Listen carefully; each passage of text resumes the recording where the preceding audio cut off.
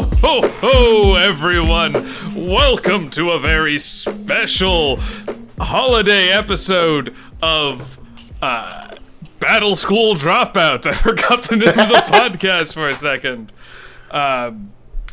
Yes, this is kind of a spur-of-the-moment plan. We have decided to watch 6 random Christmas episodes of anime, and we're going to talk about them later in this podcast. I'm Stew. And I'm Bakari. But before we get into Christmas and Christmas specials, Bakari, how are you doing? I'm doing pretty good. What's even going on? What's like in the world or with myself? We just bought a freezer today. That was exciting. Oh, we went and got a big old like chest freezer, and now we got a bunch of meat and veggies in there, so we can stay indoors all December because people are gonna go do Christmas stuff and then spread sickies everywhere, and I don't want to deal with that.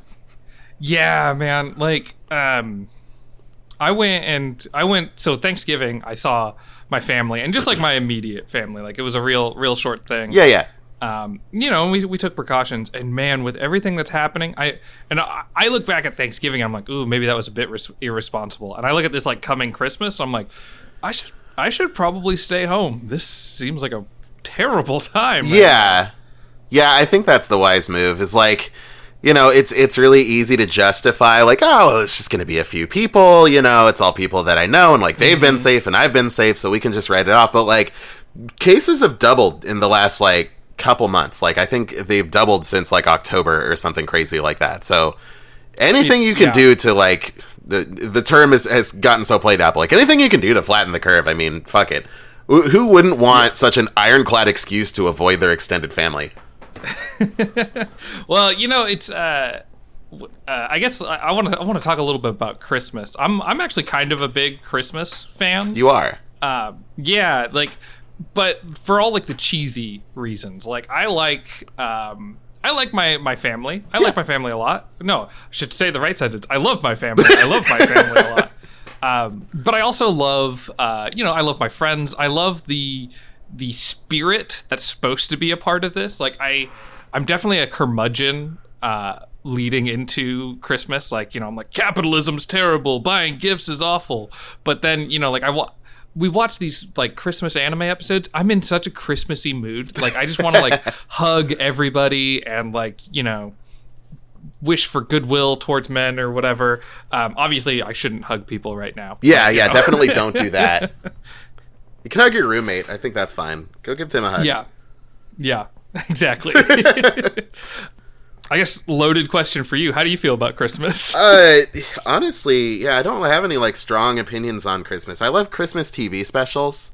I grew up watching like a lot of actually this is like one of my first memories I had a VHS of the claymation Frosty the Snowman, and I would watch that motherfucker every single day. No, it doesn't matter what day of the year it is. I'm watching that every single day. I'm like 5 years old. Oh shit. And then my dad taped over it. Like he saw like what looked like a blank VHS because it didn't have a fucking it didn't have a label on it. It was just I knew that was the one.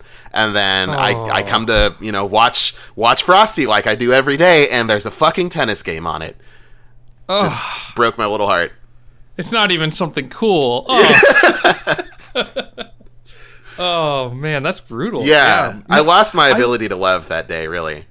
It's been just hatred ever since. That's my Grinch villain backstory right there. I lost my Frosty VHS, and I was just never the same. But no, in general, I like Christmas. It's fun, I like it's got like red and white is a cool color combination. Santa's a fun idea. Reindeer are cute. I like candy and gifts. So yeah, I'm into it. Well, and I love that. The Rudolph the Red-Nosed Reindeer claymation. Oh, like, yeah. Nothing puts me in the Christmas spirit more than that fucking movie. Like I'm in such a jolly mood after I watch that movie. Let me ask you this: Did you watch? Well, first, did you watch any like or a lot of Cartoon Network growing up, like in your teen years or anything? A decent amount. We didn't have DirecTV out where I lived until I was like 14, I want to say. So. Yeah, same actually. I think we got satellite TV when I was like 13, so I'm in the same boat. Okay. Maybe a little younger, but there was a there was a Cartoon Network Christmas special, and I think it was a Cartoon Network original, but like it's the origin story of Santa Claus, but like it's like a weirdly serious anime kind of thing.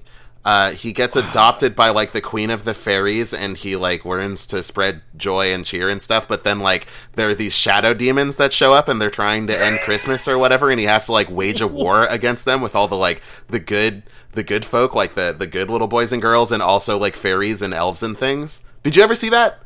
I don't remember that at all. This is one of those things, like, there's so many things in my life that, like, I've seen and, like, know so well, and then, like, the Yu-Gi-Oh! Rap situation all over again. Like, I know in my heart of hearts it was a thing that I experienced multiple times, but nobody I fucking talk to knows what I'm talking about. Was it on the disc, the music to duel by? No. I thought it was. It came with, it came with a Happy Meal, or maybe the Burger King equivalent of it. The Yu-Gi-Oh thing. I know, to this day, I know every single word of that song, but I can't find it. Actually, you know what? Anthony found it one time and I lost it, so I guess I have to ask him to find it again, but for literal decades, I did not, like, I couldn't prove to anybody that it was a thing that existed. It's weird, the stuff that, like, you hear when you're a kid or at those formative ages that, like, stick with you. Yeah. Like, I played a decent amount of Kingdom Hearts when I was a kid. I get that, like, Kingdom Hearts theme, like the original one, stuck in my head just all the time. Like, I'll just be walking around and all of a sudden it just, like, kicks in. Like, oh, okay, I guess this is what's going through my brain now. Well, I mean, for good reason. I mean, that song fucks. Like, I listen to that singer, like, a lot. I like Hikaru Utada quite a bit. Yeah. I only know, like, that one part, really, but, you know. Well, if you need any album recommendations, I got you covered. There we go. Yeah. No, it's doubly weird for me because, like, I listen to a lot of, like, I've gotten more into, like, electronic music, and I enjoy, God, what is it, like, synthwave and the city pop and all that. Oh, yeah. But mostly I just listen to, like, hardcore punk and, like, post-hardcore. Like, that's my genre of interest. Sure. And then, like, and Kingdom Hearts. Those are my two. I can relate to that. I don't listen to as much post-hardcore as I used to, but I used to listen to quite a bit, and I've always been just a Kingdom Hearts nut, so maybe there's some connection there. Who knows? You know, it appealed to both of us, so yeah. Something must be working. I mean, I have a case of, you know, loving dumb bullshit, but, you know, not a good look for you, but for me, this is just on brand. I don't know, man. I got an anime podcast. If I tell somebody about the Kingdom Hearts song stuck in my head, they're like, yeah, all right. We've already lost so much social capital. It's, you know, there's nothing to lose at this point. So you've been watching anything, playing anything lately? You know what? I've been playing The Legend of Heroes Trails in the Sky recently. Ever heard of this? That sounds like the most generic Japanese game I've ever heard of. Doesn't it? Well, I mean, it's fun because the acronym for Trails in the Sky is TITS, so that's a good time, you know. But yeah, no, it's like this is your good old boys meat and potatoes JRPG. It came out in 2006 on the PlayStation Portable and was ported to PC on Steam at some point. And yeah, I've been playing that, and it's just a real cozy, like, this is the shit I grew up on type of game. But like, from a time where a lot of people were kind of trying to gravitate away from turn-based RPGs, you know what I mean? Like, yeah. Final Fantasy was soon to, or had already abandoned the turn-based formula because this was in between 11 and 12.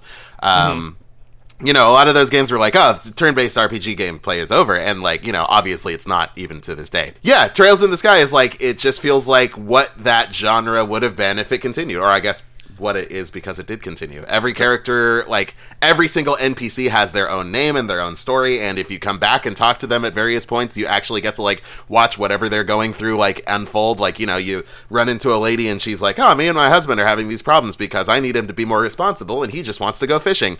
And then you come back, like, a little while later and you can, like, watch them have an argument. You come back later and he's like, oh, maybe I gotta be more responsible. Like, you know, Every single character has a story like that. It's if you just want to sink into a funny little anime world, it's the perfect time. It's got to be kind of nice too because it's got to have a lot of like quality of life features, like stuff you just kind of come to expect from more modern games, but with that like JRPG wrapping.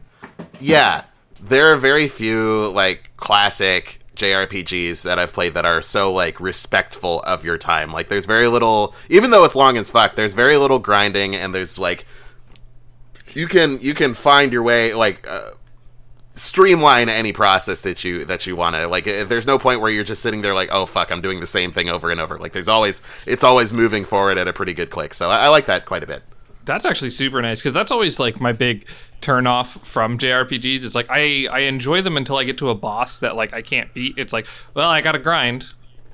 Okay, so I'm never coming back to this game then. Okay. I actually just found out like there was a boss I like had died against a few times and like just hit the retry and like did it a few times until I got it, and then I was looking through the advanced settings on the options or whatever, and I found out that every time you hit retry it makes it a little easier. And I was like, wait, you fucking sandbagged me, like you made me think I was hot shit, but you were just what am I, a fucking child? I'm 29 years old, god damn it. I'm gonna fight this the regular way. I kind of hate that, yeah. Yeah. Like, for a split second, I was like, I'm restarting this file. I am 27 hours into this game, and I'm restarting it.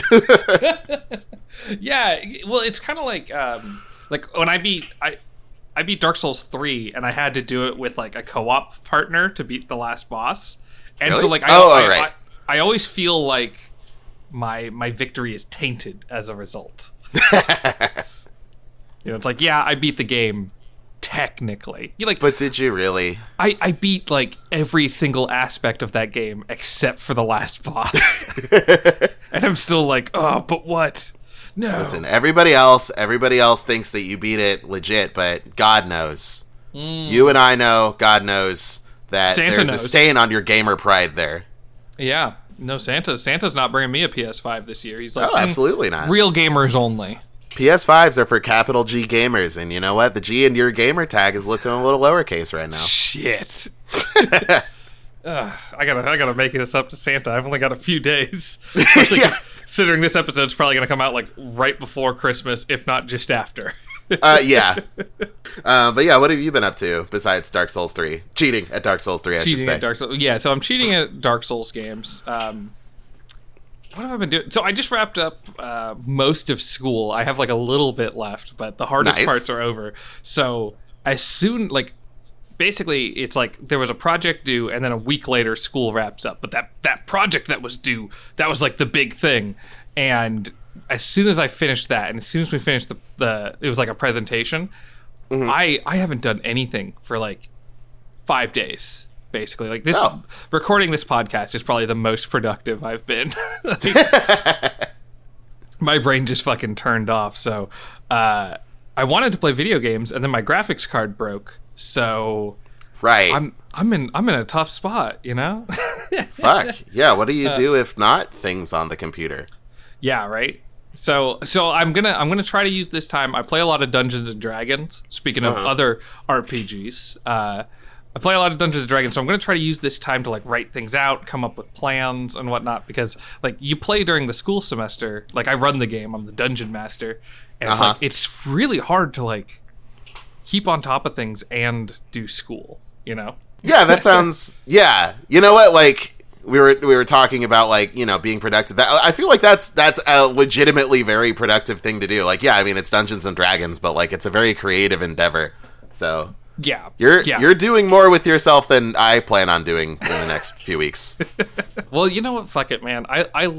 The other thing I like about this time period, right, of not 2020, but like, Christmas time to New Year's is it is under normal circumstances, like it's just a chance to like hang out with your family, hang out with your friends, and just chill. Like, let's drink an excessive amount of alcohol and hang out. That's exactly what I plan on doing. Yeah, I'm gonna miss it this year though. I love New Year's parties, and obviously that's not a thing this year. yeah. I mean, this is the first time. No, wait, did we have a New Year's? I don't think we had a New Year's party last year. We did. You guys went to one. We went to a New Year's party, that's right, but we didn't host one. So this is 2 years in a row that we didn't host a New Year's party. I mean, had we known that, the world was going to end, maybe we would have last year, but... Yeah, coronavirus is kind of his dick. It didn't really give us any kind of heads up about this. I mean, the least you could do, 2 weeks notice, right? It's the professional thing to do. Right, yeah, are we supposed to look at, when there was only, 500 cases a day? That was the head, hey, guys, just so you know, it's going to turn into, a bazillion a day. You know what I did do? What's that? Right before my computer broke, I have been playing a ton of Master Chief Collection. I finally got that's right. that. And God, I forgot how much I miss Halo. What's your... I mean, I have a confession to make. I'm an extremely casual Halo player. I've played 2 and 3 multiplayer a decent amount. I may have played through 3's campaign at one point, but I know nothing about it. What's the best Halo in the Master Chief Collection? Of all the Halos, which is the most Halo? So what I like to do is I didn't, obviously with coronavirus, didn't get to do this on my last birthday, but I like to do LAN parties if I can, and I like to play Halo 3 with people. That's my go-to. I think Halo 3 is such a wonderful time, and it's also really fun these days because everyone I know, I think you and I included, we play PC, so we don't really use controllers for first-person shooters, so everyone is equally trash at Halo. It's so wonderful. It's the great equalizer. My buddy Andy, he is super good at first-person shooters. He's played a ton of Overwatch, and he is just so good at that game. And he's got really great aim. You put a controller in his hand, it's like he's never played a first-person shooter before.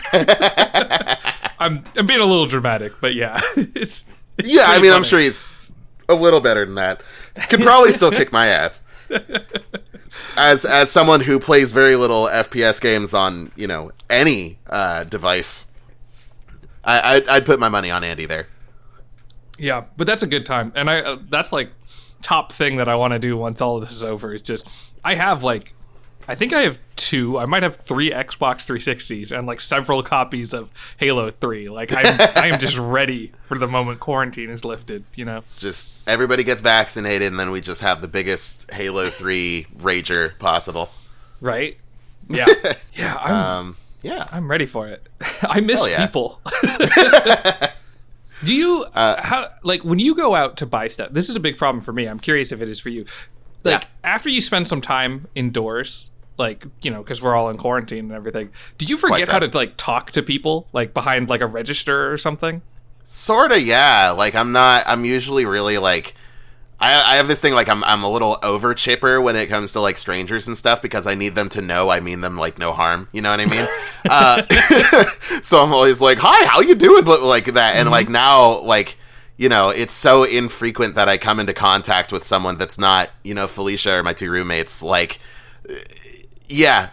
kind of just, someone will be hey, how's your day going? I'll be just give me my thing, and then I just go. Yeah. Oh, I'll try to be I should talk to this person. They ask me how my day is doing. I can respond to them with a normal sentence oh, I'm doing well. How are you? And instead it comes out as you. Yeah. And it's I have to be well, I can't go back to that grocery store ever again. No, never. Yeah. That's the thing. I feel there's just going to be this huge spike in agoraphobia even after the vaccine happens. It's everybody's go. You want me to go to a concert? I'm gonna stand around a bunch of other people, and it's crazy hot, and everybody's sweaty, and we're at a metal show, so the vocalist thinks it's okay to take a sip of water and then spit it at the crowd for some reason. That's fucking weird. Oh wow, I forgot about that. Remember? Yeah, that was gross before the pandemic, to be honest. But now, how could I not fucking freak out when that happens? That's a good fucking point. It was, I think it was before the last episode John brought up do you remember loud? Do you remember when things were really loud and it's kind of sucked? It's oh, that did suck, Yeah. Honestly though, I keep turning down the TV, even if it's a perfectly acceptable volume, it's not going to be heard through the walls or anything. It'll just be, me and my girlfriend's sitting and watching something, or I'm just I got to turn this down. It's it's a little too not silent for me right now. Mm-hmm. Yeah, no, I think everybody's ears have recovered a fair amount. I mean, especially like not driving in cars and whatnot. Like, that's where I think people really listen to fucking some loud music. Like, I've gotten rides from people from campus, and like you sit in their car, they turn it on, and it just like blast the music out. I'm like, holy shit, how were you listening to this earlier? I usually listen to my music full blast in the car, but like lately I do not. Mm-hmm. There's no more loud Quarantine anymore. has changed everything. Yeah, no more loud. We have progressed past the need for loud. Yeah. Yeah. Yeah, quarantine's really just like melted my brain at this point. Like I keep forgetting, like they pick up the trash on Wednesdays, and I keep forgetting to take the trash down, and like I've just got a mountain of recycling, and fucking people ask me questions at work and I have to answer them, and that's terrible. And no, I'm with you. Yeah. I've had it's weird that you can spend like days inside at a time and then be like, oh, I haven't been outside in like 3 or 4 days. Like, this is the first like fresh air in a while, you know? Yeah. No, today was the first time I left my house, I think since last what's today? Monday. Last Monday, I think that was the last time I left my house. Damn. Yeah. I'll pop into the backyard every once in a while, hang out with the raccoons at night, but otherwise, yeah, nothing. I'm befriending 3 raccoons that come through our backyard every night. There's a possum who shows up occasionally, but he's a little harder to get a hold of. That's what I spend my quarantine time doing. He's a busy guy. You know, I've seen that possum. He's got a lot to take care of, you know? Truly. You know what was the most jarring experience recently was Felicia and I, we were like, you know what? We want Wendy's for dinner. And so we get in the car, and the Wendy's is like very close to my work, and I'm like, okay, so I'm gonna just drive to my office and then figure it out from there. And I forgot where my office was.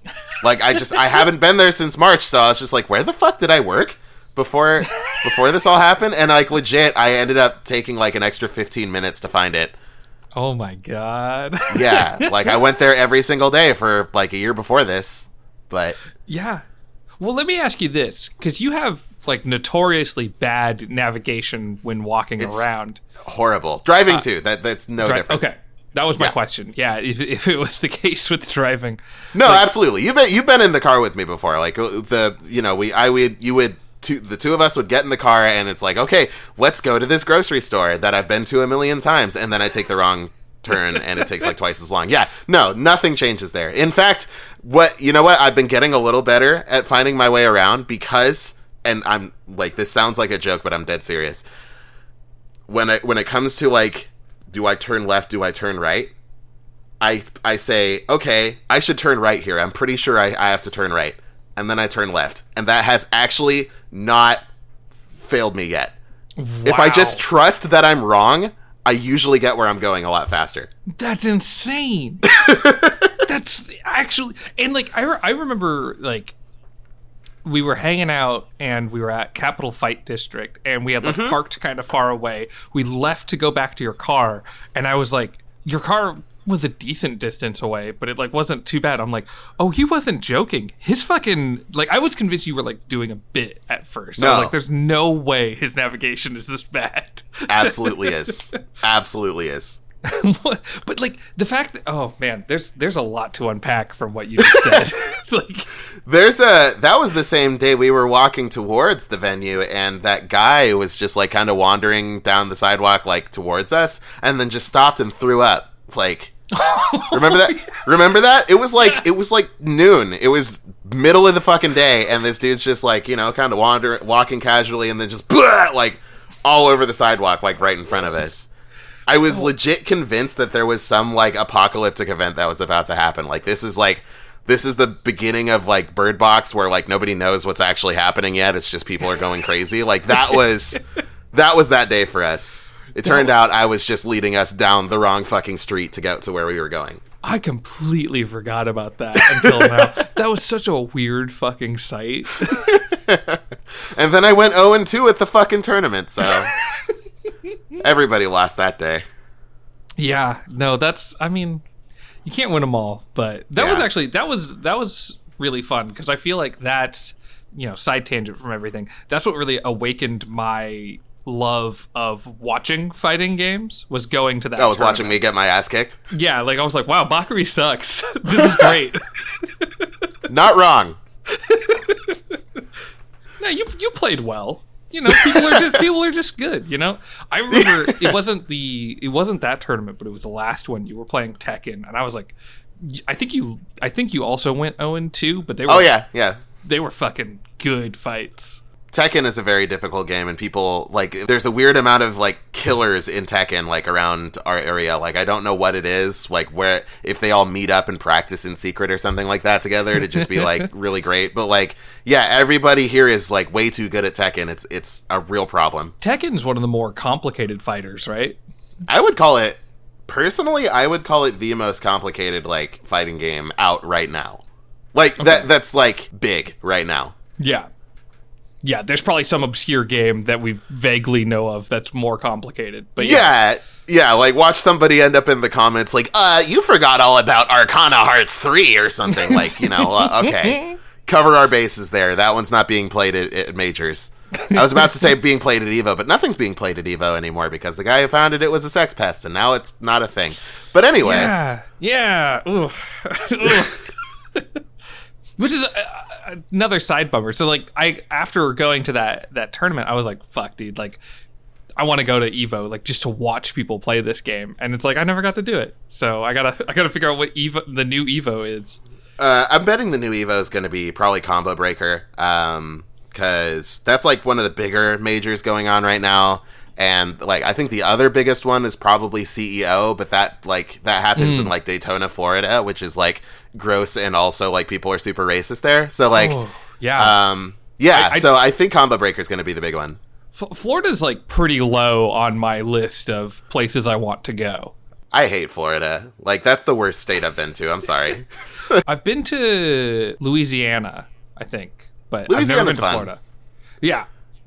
Like, more fun than Florida anyway. Like, Florida, like, it's humid. People are really racist. You can go to a mini golf place and feed alligators. That's tight. That's sick as hell. Sick. That's actually pretty cool. Disney World sucks. It's just bad.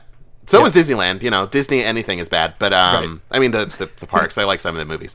But, yeah, it's a bad, like, no hate to anybody who lives there. Like, the people, I'm sure, are tight. But, like, I did not have a good time in Florida. Well, I feel like it's hard as a Californian going to the East Coast, because, like, I've been to DC a couple times, and it is so fucking humid and on, like, a level that I didn't know existed, you know? Where you just get there and you're like, why is it hard to move through the air? Like, what is stopping me from just walking around right now? This is insane. Really, yeah, it's like East Coast. Like, East Coast is about as bad, like, not quite as bad, but, like, close as, about as close as you can get to, like, West Africa in terms of, like, humidity just being, like, super stifling and, like, awful everywhere. Like, the only time I've ever experienced worse humidity than Florida was in West Africa. Oh, man. That's really saying something. Though, I guess less alligators. Maybe there's crocodiles. I don't know. I didn't run into any. But I couldn't feed them with a hot dog on a stick, so -1 point there. Yeah. Take that, Africa. Step your game up. Better luck next time, Gambia.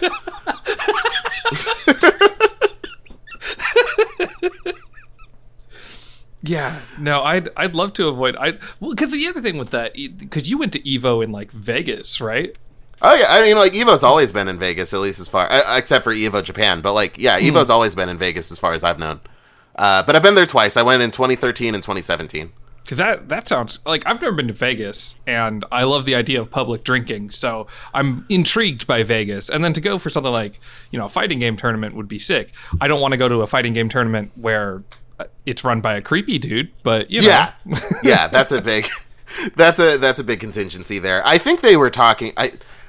Last I recall, I think they were trying to, like, boot him from, like, the board chairman, whatever you do to get someone to stop running a company, I guess. They were trying to do that. But yeah, I mean, EVO's cool. Like, the food is really expensive in Vegas, and I'm personally horrible at gambling. I think yeah, me too.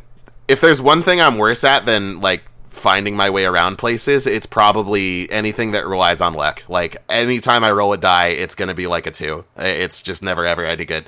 So I lost all my money. Food was really expensive. It's, like, hot, and if you go out anywhere, like, on the strip, then there's going to be a bunch of people trying to get you to, like, go to their strip club or whatever, and they're really, like, persistent and obnoxious. Cool street performers, and, you know, lots of fighting games, so that's cool.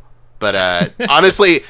Evo itself, not that tight. Like, it's cool because everybody's there. But if everybody else goes to another place, that place is going to be way cooler because it's not in Vegas. That's okay. That's a good point. Yeah, I can dig that. I've actually I guess I'm kind of wrong. I've been to the Las Vegas like airport because as like an in between. Oh, there you go. I remember one time I was coming back from Texas and. I threw on my pants. I got to the airport. I landed in Las Vegas to like go catch another plane. And while I was waiting, I reached in my pocket and I was like, "Whoa! I didn't know I had $1 in my pocket, like dollar bill." You know what? I've never actually like officially gambled, you know, like with anything. So I'm like, maybe this is a sign. You know, I found this dollar. I'm gonna go use it. This will be great. So I went up to a slot machine that was $1. I was like, cool. Put it in there. I grabbed the big handle on the side, and turns out that the handle was just for show. Yeah, they don't actually do anything, the fucking handles. I was so pissed when I found that out. Yeah. So me too. So then I'm like, okay, so I guess I push this button, and I push it, and I don't know if you had to hold it down or something, but I push it, and basically the thing spins like as lacklusterly as possible. It's just kind of like ding, ding, ding. You lose. Get out. Like, no fanfare, no fun, no nothing. Just kind of ding, ding, ding. Okay. You gonna put Vegas, more money in or what? Oh, sorry, you finished what you were saying. Well, I was just gonna say, I too have no luck with, like, dice games and stuff like that. I come from, like, a family of people with, like, terrible luck with dice games. I remember my dad... we were playing Monopoly as, like, a kid, and he never got to circle the board once. He kept landing on the go directly to jail. Oh, no. Like, every time. He never got to go around. So that's rough. It was incredible. That's my lineage with dice rolling. I can relate. What I was going to say, though, is, like, okay, a lot of people will tell you that, like, Vegas and casinos in general, like, bigger casinos are tight because, like, you can go and gamble, and as long as you're gambling, they'll bring you free drinks. That is a lie. I mean, that's what I've heard. Yeah. It's not a lie, but, like, they will come and ask you what you'd like to drink, and then they will bring you that drink, like, half an hour later, and it's, like, super weak and, like, tiny. It's not... If somebody tells you should go gambling for free alcohol, they are not your friend. They are lying to you, and they are trying to... I don't know what their motive is, but it's all bad. Don't do it. Yeah. Don't go to Vegas for fighting games. I can't believe that that's, like, the truth. Is like, that's what I've always heard. Is like, casinos want to get you drunk so you spend more money, which is a thing that would absolutely work on me. Exactly. And to hear that, like, their drinks, like, yeah, they're weak. You don't really get anything for free. Like, it just, like... Well, why? Why would I want to do this then? No, all I'm going to do is lose money in a lackluster way, and I can't even get drunk? Ugh. Totally. Because, like, when I went to EVO the first time in 2013, I was fairly decent at Marvel vs. Capcom 3 at the time, and I got scrubbed out because I was really nervous, and there was this Hagar player who kept spamming Lariat, and I just kept jumping into it like an idiot, and I knew better, but, like, that should have been super easy for me, but I lost, and I was furious. I was like, I've been practicing for this all year, and then I go to the casino, and I'm like, all right, I'm about to make some bad decisions, I'm gonna get way too drunk, and I'm gonna lose all my money, and that's, you know what, it is what it is. I'm so heated right now, I gotta do something. And, like, I couldn't even get, like...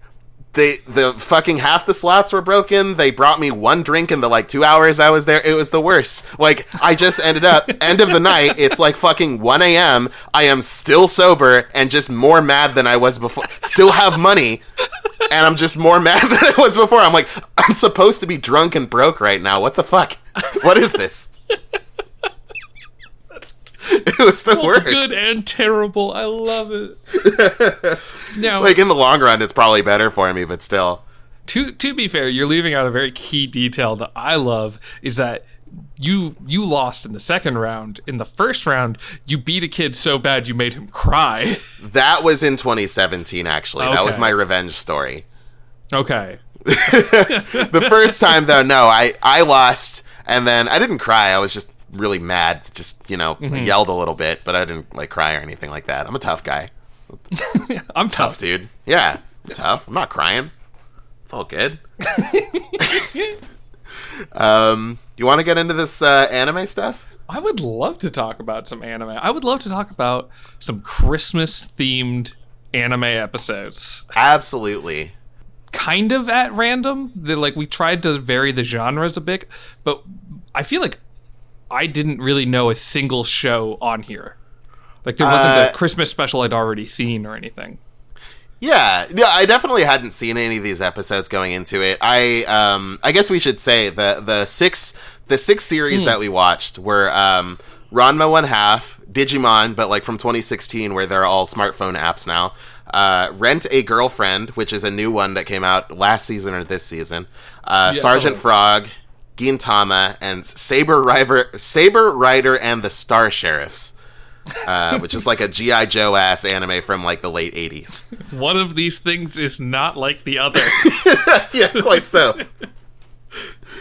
What was I even? Where was I going with this? I had seen most of this. The only one I was not familiar with was Saber Rider. But some of these I was like, that was better than I expected, and some of these far, far worse. Far worse. I didn't know. Yeah. Anyway, we'll get into it. Yeah. And now, and just so everybody knows, we're kind of changing up our rating system this time around. We're going to talk about what we thought of these episodes, but our rating system is based on how Christmassy they are. So whether you like the episode or not, if it was Christmassy, it gets either one ho, two hoes, or ho ho ho, the full three hoes. Quite so. It's completely irrespective of quality. Just, if you really came for the Christmas, then you get the three ho ho ho's. But if it's just a thing that happened on Christmas and you kind of say Merry Christmas at the end of it, that's not going to fly here. Yeah, that's not why we watched these 6 episodes. Absolutely not. So I figure we can take turns talking about each episode. So why don't you start, because you know it better, with Ranma 1/2. Ranma 1/2. This was, it's a Christmas special. I think there were more. It's basically a Christmas party at the Tendo residence. The Tendo family Scramble or something like that, I think was the name. I think that sounds about right.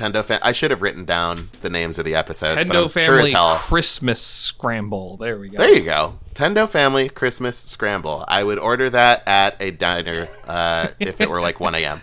Oh, 100%. So Ranma 1/2, of course, is a story about a guy who falls into the wrong hot spring, and now he's cursed with this thing where anytime he comes into contact with cold water, he becomes a woman.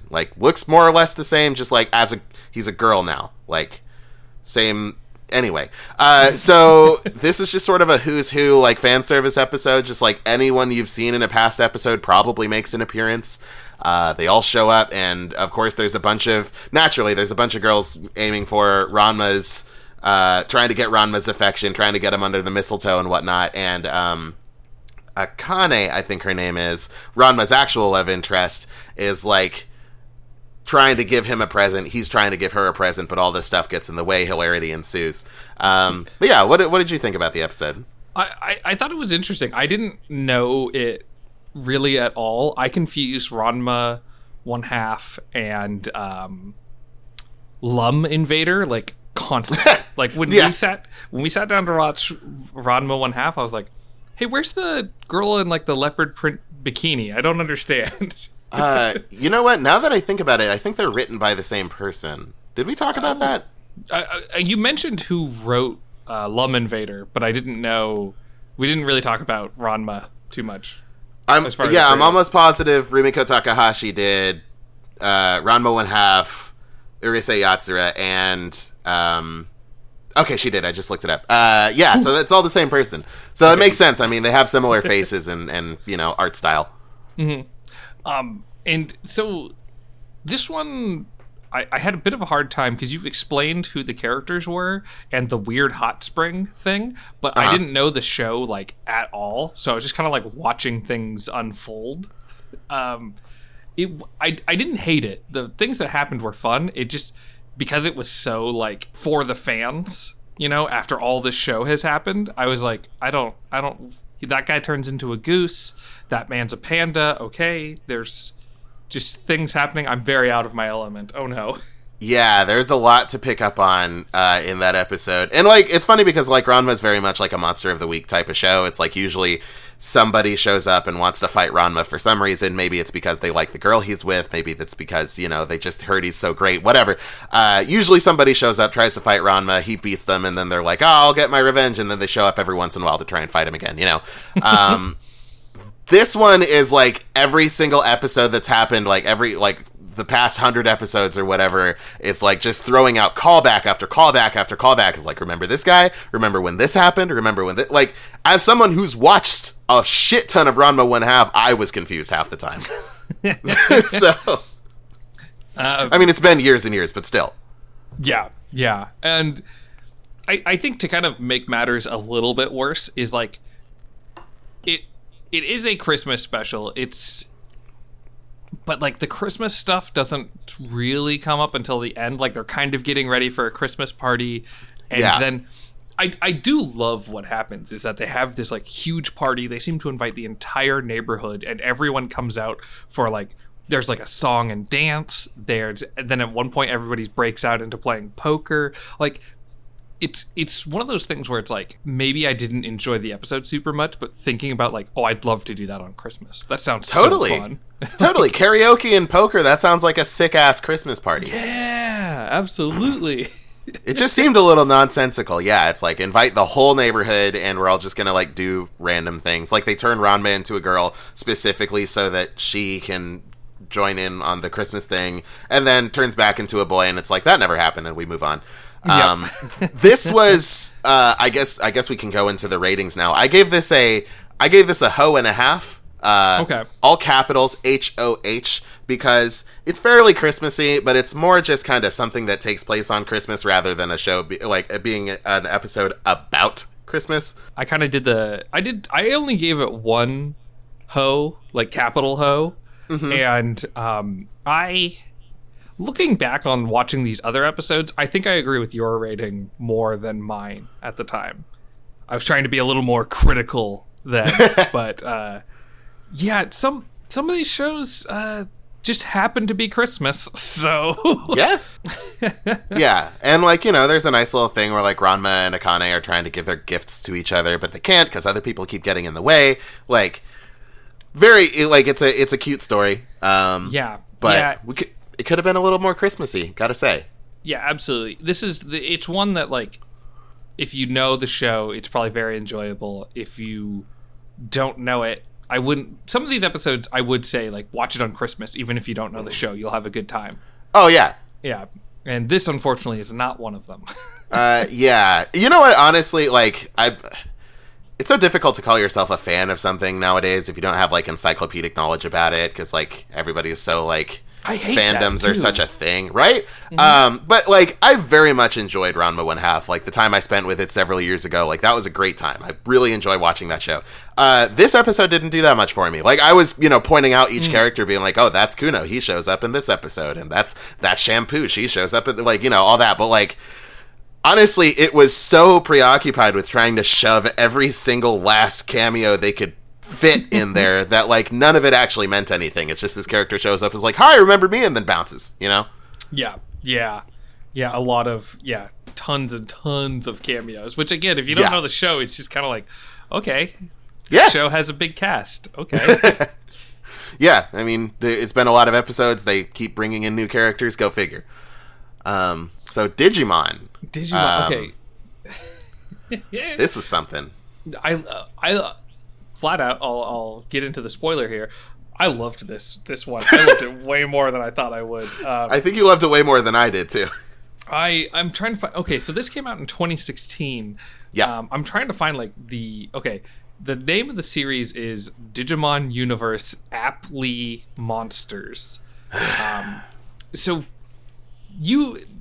I'm just assuming here you watched the original Digimon, back in the day and all that. Bold assumption, but yes, absolutely. I very much love me some Digimon, Digital Monsters. Big fan. Me too. And it was, I think we both had a fucking boomer moment watching this fucking show. So much. It's kind of different. Like, you have the kids and they have their digital friends, but they're not Digimon. They're Appmon now, despite the show being called Digimon. That's just got to be for brand recognition at this point. I think they would have just kept calling them Applimon, if it weren't for the fact that, like, this is a long-running show by a different name already. Yeah, and I think if anything, it was kind of a detriment to call the show Digimon for us, because it was just like, this isn't like Digimon, this is the Digimon I know. And the more they explained the rules and how they upgrade their app version and all that, like, the more we were just like, this isn't like the show that we know. Yeah, and like, I'd make a very concerted effort to never find myself in a position where I'm angry about a child's television show.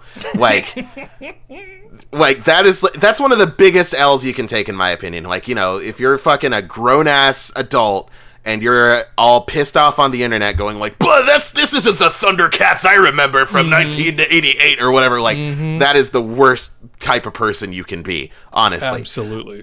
But it was very difficult to not end up in that situation, watching is like, oh, they're Appmon now, and they don't digivolve anymore, they Appli-arize, and the premise of this particular episode is there is a Digimon named an Appmon named Calendamon, please, thank you, who steals December 24th and December 25th, and thus there is no more Christmas.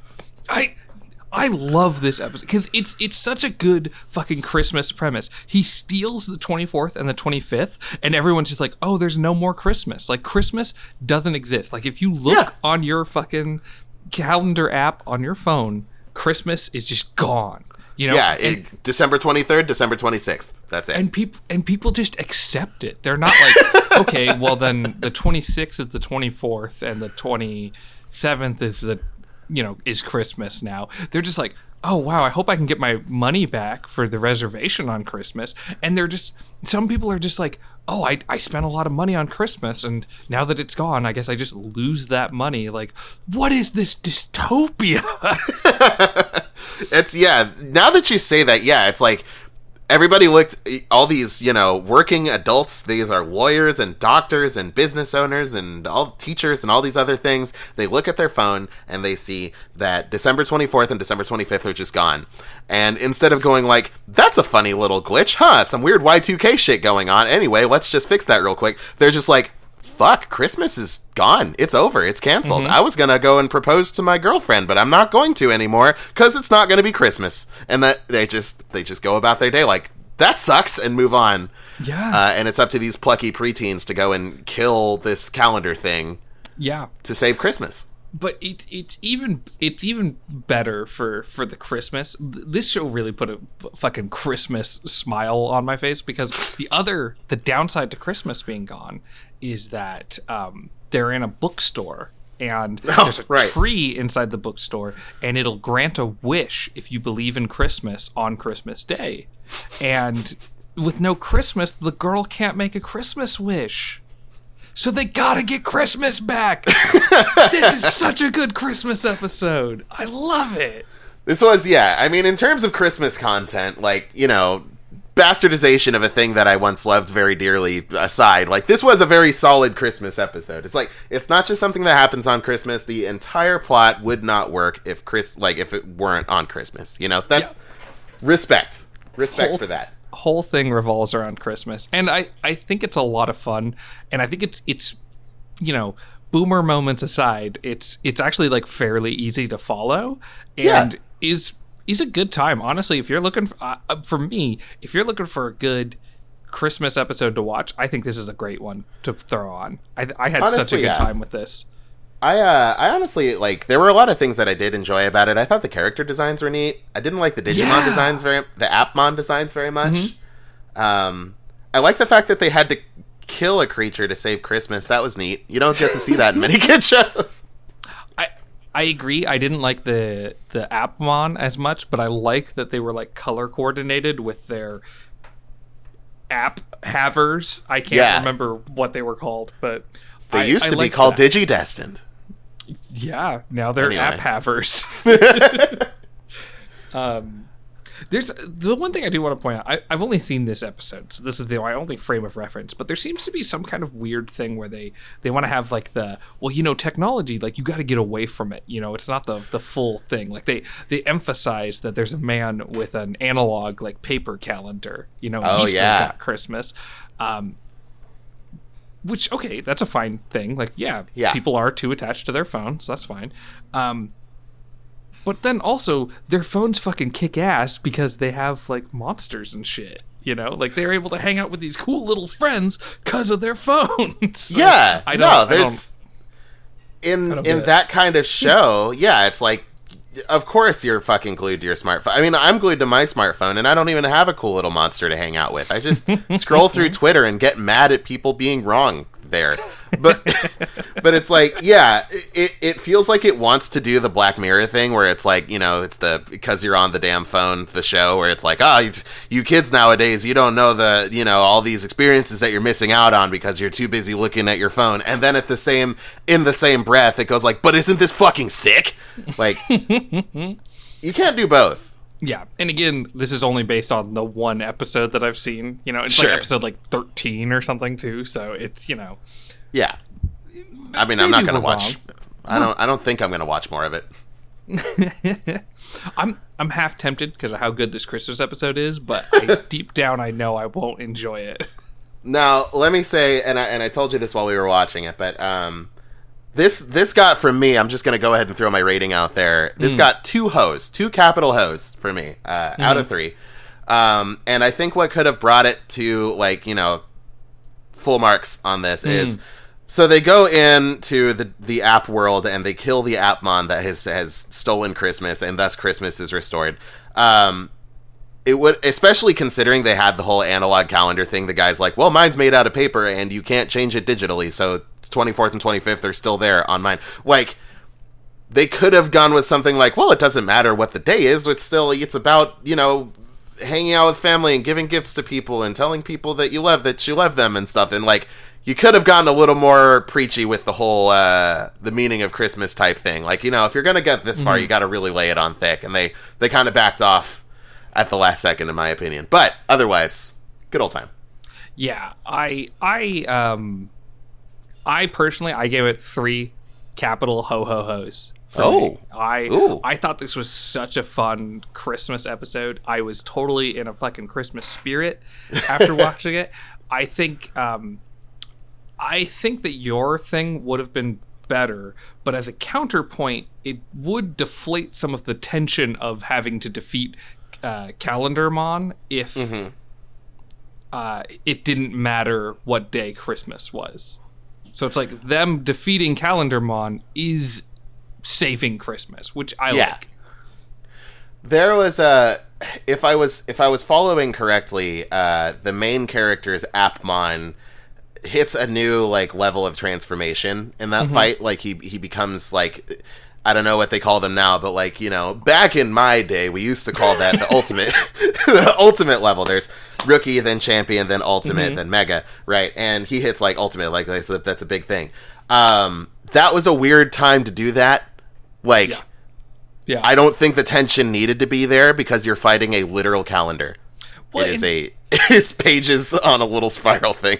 He had some kind of ability to hypnotize people, but outside of that, he didn't really seem like a threat where you needed to oh my god, how are we going to defeat this guy quickly? It was basically just hey, I can defeat this guy if you use this executable file. Yeah. It's okay, I guess. Yeah. The fight is super anticlimactic. They really could have I'm convinced if they brought him a gift. Showed him that it doesn't need to be Christmas December 25th for me to wish you a Merry Christmas or whatever. If they did that, his heart would have grown 3 sizes and he would have been oh, all right, you can have your days back, and then they wouldn't have had to kill him. But I agree. I think that would have been better. But again, I still give it the triple ho ho ho. I think that's fair. I think this was such a fun Christmas episode. I love the premise. I love everything about it. So fair. Okay, so Next one. Next we watched Rent-a-Girlfriend, a show we've talked about on the podcast a little bit, but Yeah. they had a Christmas episode as well. They did. You want to take this one? Sure. So, for reference, I did talk about this one before. I watched the first episode of this when it came out. Rent-a-Girlfriend is about a guy who just got broken up with. He's like just started college. His girlfriend broke up with him, and because he's so lonely, he finds this service where this woman will go on a date with you for, a fee, like 5,000 yen or something, like pretty affordable, all things considered. No, it's not an escort service. Like when they go on a date, they go to the aquarium, and I think they get like gelato or something afterwards, call it a day, very PG. But, this fast forward around episode like 11 or something now, or no, 8, I think. 8, yeah. I think it was 8. And, in this episode, it's Christmas time. He wants to, I think he's going to get her a gift or something. And he finds out that his rent-a-girlfriend is on a date with another guy. Even though that's like her whole job, like that's what she does, and he knows that. He's very upset about her hanging out with another dude, and so he proceeds to literally stalk her for the entire episode. Well, so his thing is that guy who she's on this date with is too attractive, so there's no way that he's using the service. So he's does she have a boyfriend? And that's, to me, is even fucking creepier, where he's like, oh, does she actually have a boyfriend? Well, I'm going to fucking stalk her now. Yeah.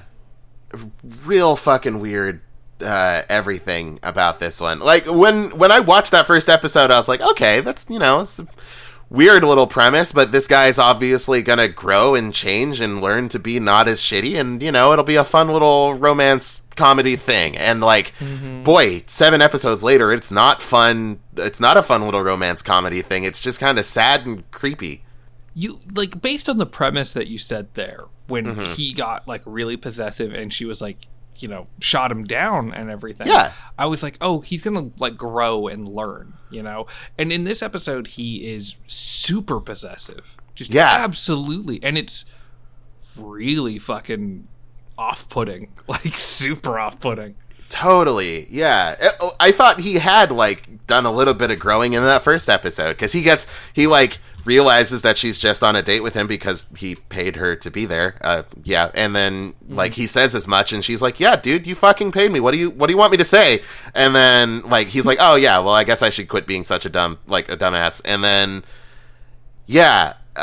where the fuck was I going with this? Yeah, it's really creepy and unsettling, and just like this is going to have 4 more episodes to the end of the season, and maybe another like 12 for another season or something like that. I don't see how we make this into a like likable character in the next few episodes. Yeah, well, and the problem is that at the end of the episode, he's like, oh, I was only stalking you because I thought he was your boyfriend, and then I thought he was going to do something terrible to you. So then I continued to stalk you. But he did this based on his own like perceptions of like a conversation he was having with like over a phone. And so he's only hearing one side of the conversation, and he didn't hear the context. Again, it's way too possessive, and she treats this as like, oh, well, that's kind of a cute thing that you were doing. And it's like, it's not like cute. a weird little endearing thing, like, oh, you, and then, and she gives him it turns out that the guy she was running around with was like, she wants to become an actor. He's a fellow actor, and they were going over lines, and he also went with her to pick out a gift for the main character. Like, it's everything comes up Millhouse for this shitty fucking weird little guy. Yeah, because that's her whole thing. Is she's like, well, I know him because he's an actor, and I'm going to acting school or some shit, and that's why I'm working this job so that I can make money. And it's like, that's such a fundamental part of her character, like who she is. Like, I work a job so that I can do a thing to follow my dreams. He doesn't know that. So like, how well does he know this girl that he feels so that he should be able to know these details about her and like be able to control her and like know who she's dating and like try to save her. And it kept getting worse the longer we watched it. Yeah, and like, I mean, okay, let me go ahead and concede here that we did jump in more than halfway through a show that we didn't really watch. Yeah, but yeah, not a great showing, I must say. Like, maybe he's got some redeeming moments in other episodes. Maybe there was a guest writer. I don't know, but yeah, gotta yeah. Maybe in context, this isn't as bad, but I find that very hard to believe. Total, yeah. I don't know. I'm gonna be real. I'm not gonna fucking watch this. This is very much not my thing. But yeah, I gave it a hoe. You know, just one. All capitals. You know, it had some Christmas. Yeah, I gave it the same. It's kind of like Ranma, where it's like incidentally it's Christmas. Christmas isn't intrinsic to what was required, you know? Yeah. Like, she could have been buying him a gift on any day. It just happened to be Christmas. Could have been his birthday, could have been graduation, could have been, you know, whatever. Yeah. I think I would have given this a hoe and a half like I did with Ranma, but the difference is that this one contains a not insignificant amount of stalking, which, you know what? Gonna say it, not very in the Christmas spirit, I must say. Yeah, it's more in the baby it's cold outside Christmas spirit. Oh, no. You're absolutely right. It's the anime version of that song. Oh, God. Yeah, not a fan. But the next one was fun. You wanna take that one? The next one, okay, I get all the fun ones. You get all the shitty ones. So the next one, we watched Sergeant Frog, and Sergeant Frog is a wonderful little show. I didn't know anything about it beforehand, but you told me about it, and it's basically a group of alien frogs that are absolutely adorable, and they have come to Earth to attempt to invade it, but instead they decide that they like love it or something, and they just get into shenanigans. And it's cute. It's really cute, and this was a really great Christmas episode. Basically, they have to. It's Christmas. The humans that they live with are trying to get Christmas ready for their mom who's coming home. Yep. And at the same time, the alien overlords are coming to check in on the frogs to make sure their invasion is going well. And if it doesn't look good, then the frogs have to leave Earth. So the stakes are there. It's Christmas time. This is a good episode. Yeah, it's really got all the necessary components for a wonderful Christmas special, and I think it followed through. Yeah, there's a wonderful part early on where two of the frogs are arguing about how they should decorate the Christmas tree. One of them wants to put weapons and ammunition on it. Live hand grenades. He wants actual hand grenades on it. And the other one has this is wonderful. Completely decorated the tree for the Zeon Federation and Gundam. So there's Gundam action figures. He's gonna put the Zeon symbol as the star on the Christmas tree. I do have to check you here, Stu. It's the Principality of Zeon, and then the Earth Federation. Oh, okay. Well, but otherwise, this is important. I haven't seen those movies, so my memory's a little rusty. But yeah, fair. But yeah, all the same. Hail Zeon. Hail Zeon. It was absolutely wonderful. Yeah. But one of the hand grenades goes off, blows up the room, destroys all the Christmas stuff, and the humans they live with are the girl is upset. She's I don't care what happens to the frogs. But across the episode, you learn that she does care, and she ends up helping them in the end. Christmas, love it. Yeah, they have to build a giant statue on top of I don't think it was Tokyo Tower. I think it was just 8th Tower. But they have to build a big statue on the tower that's going to light up so that they can show their alien overlords that they are in fact making good progress and taking over the planet. And you know what? It looks like it's not gonna happen. They just don't have the time or the people needed. And then all of a sudden, I think her name's Natsuko or something like that. The girl who said she didn't care about the frogs. She shows up. She does care. They all pull it off, but then they fuck up. But it works out anyway. Yeah, well, and it's great too because they're I don't know if we have the time to do this, and then friends show up, and then she shows up, and the whole thing is they have this this energy device that collects static electricity from people, and it powers up. It gets too much electricity and blows up and causes the whole city to start snowing.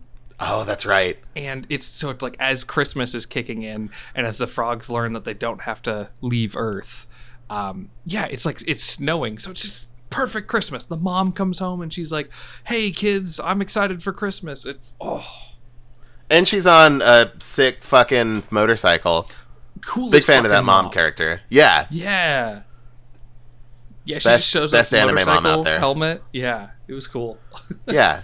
That was a really heartwarming one. I really liked that one. That got a 3. That got a full rating. Ho ho ho, all caps for me.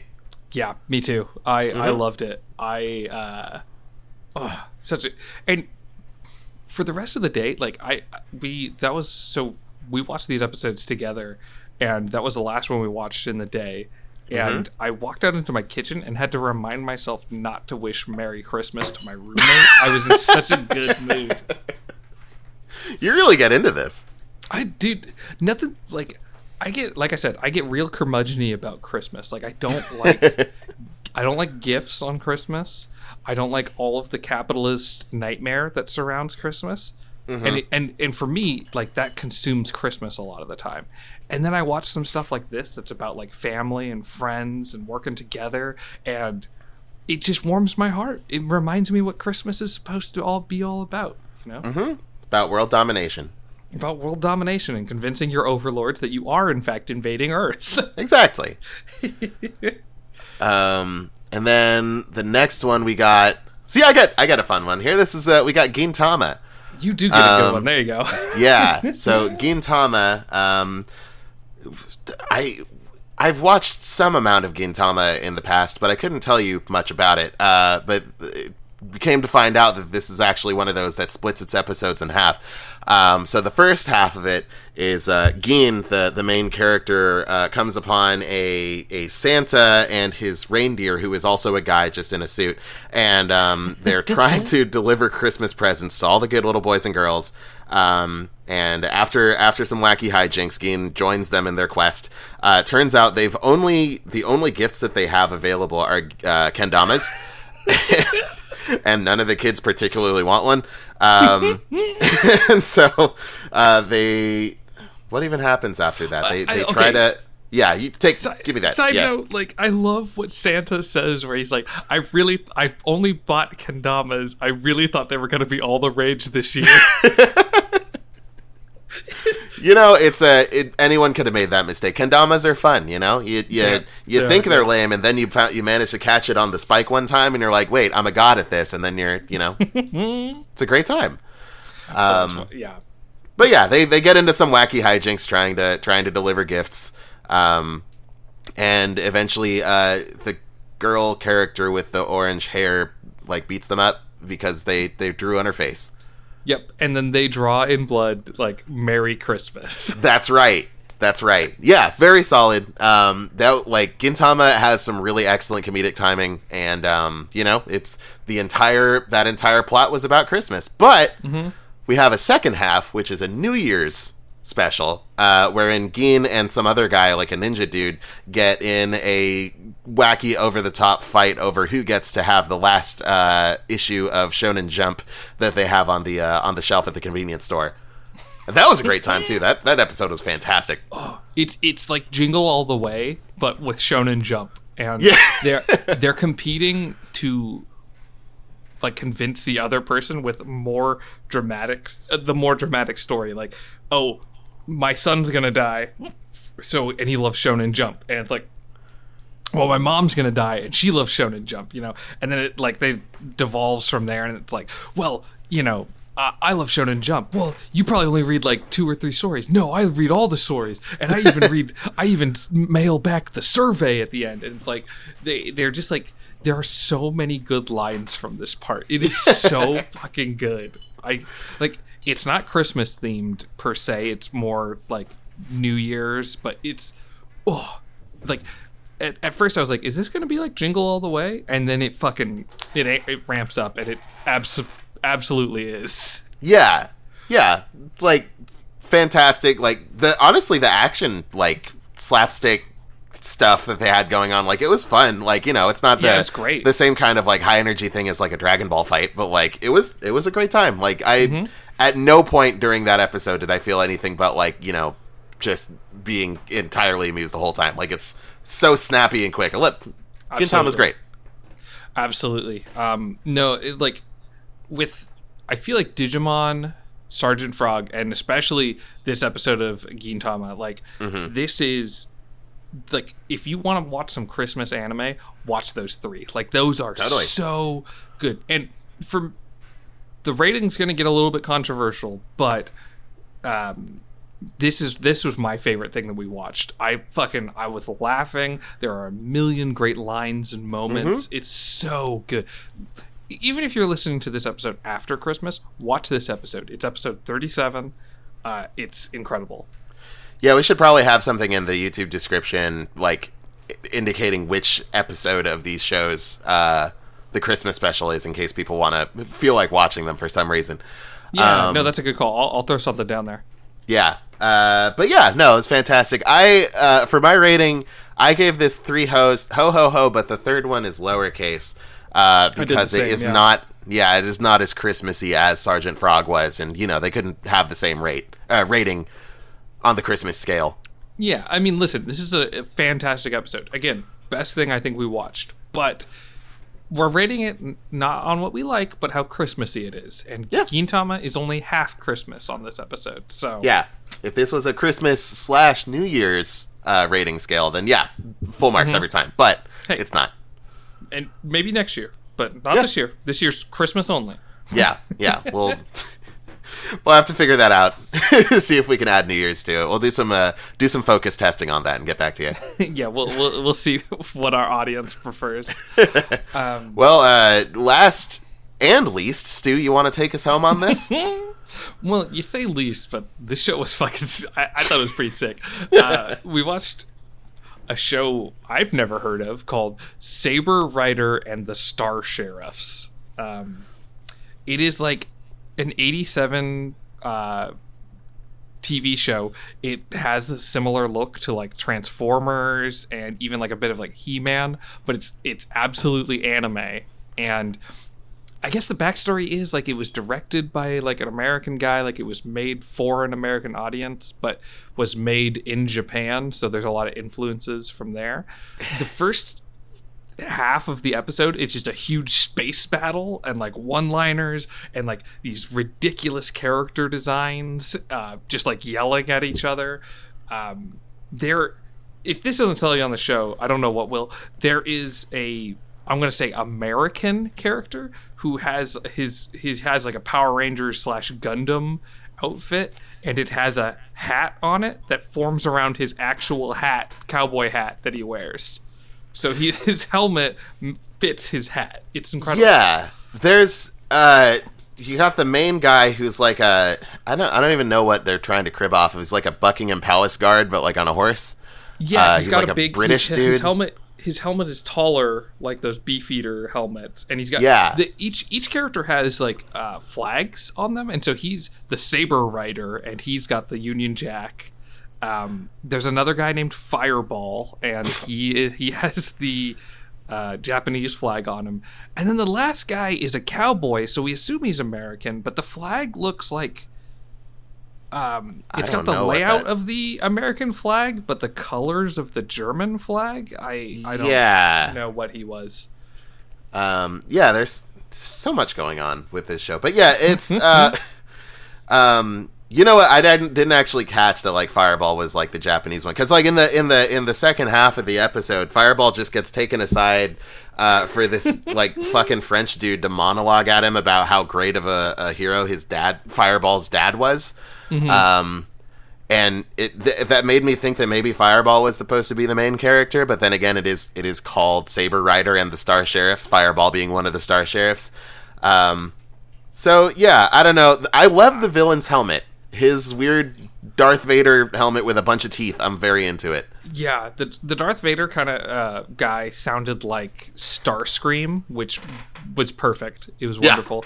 Yeah. There may have been like an Emperor / Megatron character. We didn't really see him in this episode. It was all this Starscream guy just yelling at people. And it's funny because I feel like he has a fairly original design to him. Everything else in this show looks like it's like bootleg Gundam. Like all of the ships look like what's it called, like New Base or... Are you talking about White Base? White Base, that's it. Yeah, a lot of the ships look kind of like in that design or like the Gundam design. All of the Saber Rider and the Star Sheriffs, like they have different colors and their helmets are a little different, but everything else about them looks like they're a small Gundam, like a person-sized Gundam. One of them rides around in like a mech type thing, because like Saber Rider is on a horse, and then I think the cowboy dude is just sort of like, he just kind of jetpacks around, and then Fireball, he's in something that looks kind of like the gun cannon, like it's just a Gundam side mech, you know. It's just kind of there. Like everything about this show screams like, yes, we very much like Gundam, but you know, do not have the creative liberties to actually make something that's like Gundam. So here we go. Yeah, absolutely. Well, and even like there's a part where you see like characters in military uniforms. So I'm like, that's a Gundam character. That guy's from Gundam. Like you cannot convince me otherwise. Like that is, they just cut him out. Yeah. There's what is there? Fuck, I don't know. But we're making the show sound, I think, a little bit bootleggy. These, the action scene that takes place in the first 10 minutes is great. Like, it is... I've seen a lot of anime from this era, and, like, they reuse shots constantly. Oh, yeah. And, you know, there's some shots that are, like, it's the same shot, but flipped to try to make it seem bigger, and it fucking works in this show. Lots of explosions, ship crashing into each other, laser beams flying around. It was... non-stop fucking action for the first like 12 minutes of the episode. I thought it was sick. It was a weirdly big production for like what must have been like a, you know, straight to TV like thing from 87. Like that, quite clearly a lot of time and care was put into that action. It was impressive, even though it's such a weird, nonsensical thing. Absolutely. Yeah, and maybe they were reusing shots from other episodes. Maybe every episode is basically the same space battle. Oh god, over maybe. And over.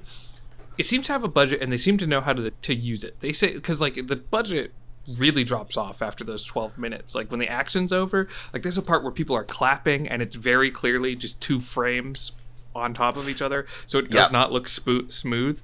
But I mean, that's a lot of people in that shot. You know, that's like a lot of hand clapping.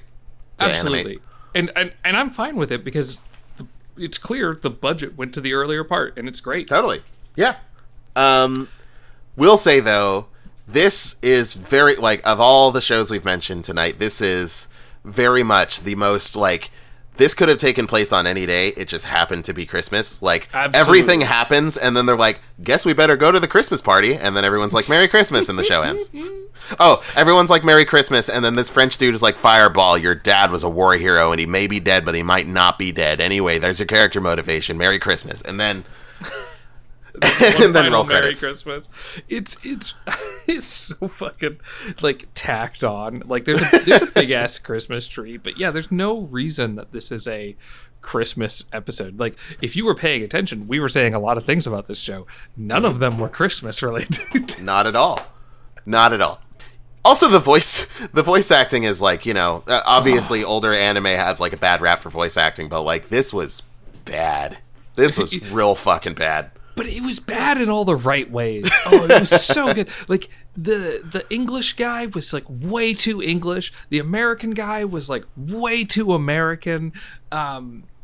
Just like if you were making fun of a Southern person and you'd only ever heard like one instance of a Southern person, like that's what he was doing. It's like, what are you doing? There was a guy who, I don't know how else to describe it. He was doing a European accent. Like, he wasn't doing French. He wasn't doing German. He was doing everything. And he was just moving between them as he spoke. Yeah. It kind of came off as a little Borat on occasion. Well, certain things like that he says. Oh, yeah. And so also, weird. It's like Borat and Dracula. Yeah. Just vaguely Eastern European-ish, I guess. But then, he was all over the fucking map. It was wonderful to listen to. Yeah, and the main character, Mr. Saber Rider himself, like I couldn't really find the words to describe it when we were watching it, because like the first thing I was like, oh, he sounds like Alfred, but like he doesn't. It's not just that he's British. He sounds like a butler. You know what I mean? Yeah. He's just sort of like, well, come on, lads, we've got to go and defeat the whatever the fuck they're fighting. I don't know what they're doing, but like it's didn't really sound like he particularly wanted to. He's just like, well, this is what we got to do now. Yeah, the cowboy guy was fantastic though. Yeah, oh my god.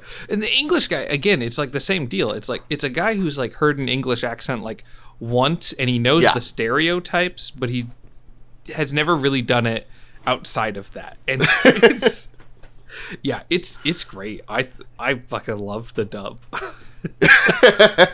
Yeah, if there is a sub out there, which I'm not convinced there is, then I think we made the right move still going with the dub there. That was it was a thing we watched, and I can't say I hated it. Yeah. So I guess to wrap up this part, like I would say this is a fun episode to watch if you're interested in like older kind of anime style stuff. It's not a great Christmas episode. It is I think this got our lowest Christmas rating. This was an all caps one ho for me. Or not all caps, all lowercase. Yeah, all lower. Yeah, I was about to say same for me. All lowercase, just ho. Yep. Fun. Yeah. It was a fun little, trip through history. Nice to see something from a little before my time. But yeah, absolutely. Yeah, as a Christmas special, and that's what this episode is for. It's as a Christmas special, severely lacking. We could have had a lot more wacky hijinks around Christmas. They could have put some holiday wreaths around the white base looking enemy ship. The weird Char knockoff could have been wearing more red and white. I don't know. I am the evil guy from this episode, and I'm going to attack this place and steal all their Christmas presents. Yeah. That's all I wanted. He could have been doing whatever evil thing he was doing for the sake of stealing Christmas presents, or just stop this Christmas from coming because all those who's down in White Base are making too much noise. Yeah, absolutely. Like the show seems to have a more serious tone, so I guess I get why it's not doing that. But the dude if it would have done that, I think it could have rivaled like Gintama. Like it was a cool episode outside of the fact that it was not Christmassy at all. I don't know. I guess it's kind of hard to tell from one episode like what the tone is supposed to be, because like the first half was like we're having all these like wacky fun like fight scenes with like this fucking British Mountie looking dude and his cowboy buddy and his fireball guy, and then like the second half of the episode is all like serious flashback war stories and stuff like that. It feels like it's trying to do a little too much, but it's war. But remember, war is fun. War is fun. Yeah. Who doesn't love a good old war once in a while? Yeah. So that pretty much wraps up our thoughts on these Christmas specials we watched. Highly recommend the Digimon one, but especially Sergeant Frog and Gintama. Like those two are peak Christmas. I personally love the Digimon one. The other three, I would say like if you like Ranma 1/2 a lot, then you've probably already seen this episode and are probably mad we didn't say more nice things about it. But the Ranma 1/2 was a fine episode. It just wasn't Christmassy enough. If you like Rent-a-Girlfriend, I'm sorry, but also I just want better for you. I want your main character to be a little not shitty. Yeah. And he's a little shitty right now. He's not woke, Yeah. Okay, he is nothing compared to Taiju from Dr. Stone. He's like completely ain't shit compared. Yeah. We just got done watching something where it's like, this guy is respectful. He understands the power dynamics between him and his love interest. And he's like, I can't in good conscience ask her to be my girlfriend right now because it wouldn't be right. And this motherfucker's stalking her around the mall like it's no big deal. And in the show, it's apparently not. Yeah. That's the worst part, is this show is like, ain't he a little rascal? This grown-ass man stalking a grown-ass woman around. That's fine. Mm-hmm. Yeah. Terrible. Terrible. So let me ask you this to wrap this up. What's your top Christmas? If you had to show somebody a Christmas episode of an anime, what's your top pick? Which I imagine I know what it is. And also, what is the last thing you would show somebody on Christmas out of these 6 episodes? Oh man, out of these, I think it's Gintama. Yes. Okay. Yeah. Out of these, Gintama for sure. The last one I'd ever show somebody is Rent-a-Girlfriend for sure. Okay. Yeah. I'm kind of with you. I'm a little bit like leaning like a bit towards Ranma, just because it doesn't make any sense if you don't know the show. It seems like that's true. And at least fucking Rent-a-Girlfriend is creepy enough that you can be like, look at this shit. Isn't this fucking terrible? But Rent-a-Girlfriend just left such a bad fucking taste in my mouth. Yeah, I almost want to go back and like watch a couple more episodes to see like, surely this isn't what people are watching this show for. There must be something better about this. Yeah, it's kind of like Eat Man all over again for me, where it's like, this is so bad that I'm highly intrigued by it. Like, we might need to do a Rent-a-Girlfriend like not retrospective, but like episode or something. Like, really punish ourselves. Is this before or after we get caught up with all of Attack on Titan? God, I was just talking with Tim, my roommate, the other day, and we were talking about season 3, and we're like, we just have to accept that we have to watch it. Like, people say really good things about it. Oh, fuck. And season 4 is like happening or about to happen. And it's something? The final one, so they have to fucking answer a question. They don't have to do shit. I bet there's a bunch of questions that just go unanswered. I know, but I want to believe. We're gonna have to. I don't know. I want to do something big for the Attack on Titan episode, so maybe we got to push that one back. But I want to do it. But it was such a when we talked about watching it, it wasn't like I'm excited to find out. It was like we just kind of resigned ourselves to like, yeah, I guess we have to watch it. Ah, fuck. Yeah. It is what it is. That's what Christmas is all about, ladies and gents. That's what Christmas is all about. Absolutely. Yeah. I was thinking about it since I didn't realize until we started recording. Like, this is a pretty Christmas episode, but most people say Happy Holidays. I think if we do this next year, we should try to track down some non-Christmas holiday anime, if it exists out there. Obviously, we still gotta watch some Christmas ones. I need that for my soul. Of course. But, of course. Is there a Hanukkah anime? Is there... I think Ramadan happens around here. I don't actually know other cultures very well. I don't... it's been a while, but I don't think Ramadan happens at this particular time. Okay. I think that's like in the fall. I don't know. Like, I'm not going to pretend to know anything about, a lot of my extended family is Muslim. I am not.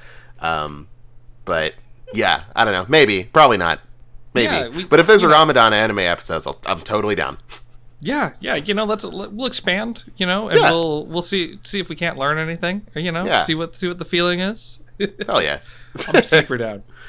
Well, all right. That's another one. That's the holiday. That's the Christmas special of Battle School Dropouts.